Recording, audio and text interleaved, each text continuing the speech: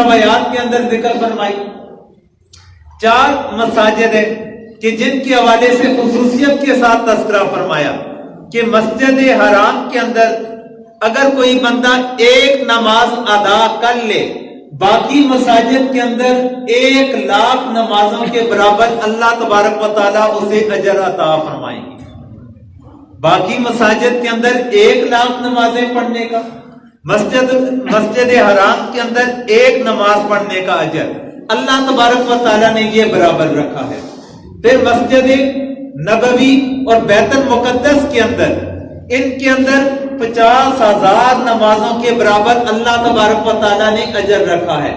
عام مساجد کے اندر 50,000 نمازیں ادا کی جائے، جتنا اس پر اجر ملے گا اتنا اللہ تبارک و تعالیٰ نے اجر مسجد نبوی اور بیت المقدس کے اندر نماز ادا کرنے کا رکھا ہے. اور چوتھے نمبر پر مسجد قباء ہے، وہاں پر 1 نماز ادا کرنے کا اجر اللہ تبارک و تعالیٰ نے 1 عمرہ ادا کرنے کے برابر رکھا ہوا ہے. یہ ان 4 مساجد کے بارے میں خصوصیت ہے کہ باقی مساجد کی نسبت ان کے اندر اگر عبادت کی جائے گی کتنے درجے اللہ تبارک و تعالیٰ بڑھا دیتے ہیں. جس طرح وہاں پر عبادت کرنے کے اجر کے اندر اضافہ ہوگا، اسی طرح ان مقامات کے اوپر اگر انسان سے کوئی گناہ سرزد ہو گیا تو ان گناہوں کا اثر بھی اسی طرح بڑھتا رہے گا.